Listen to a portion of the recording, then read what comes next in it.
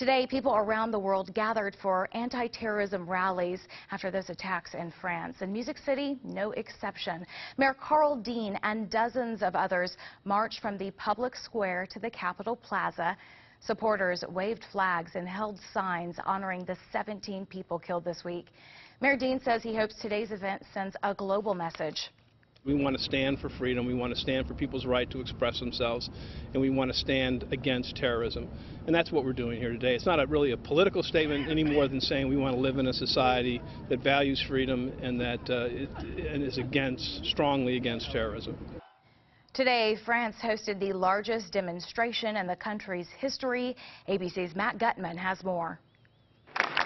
Charlie! Charlie!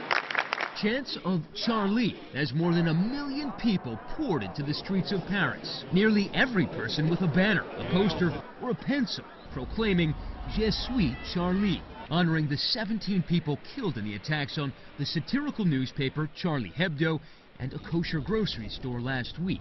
We have to be here in the memory of these people, innocent people, and to say with a smile that we're not afraid.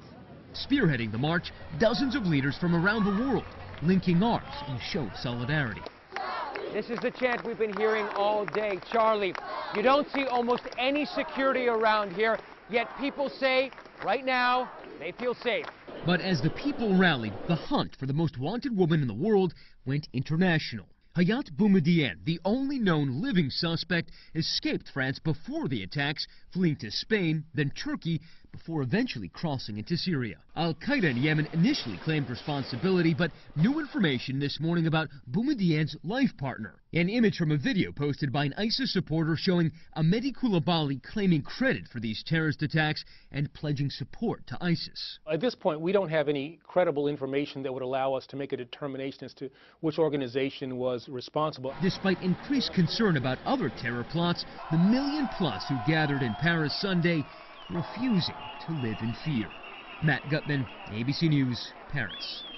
Next month, the White House will host a summit on extremism. The summit will focus on domestic and international efforts to combat attacks by violent extremists.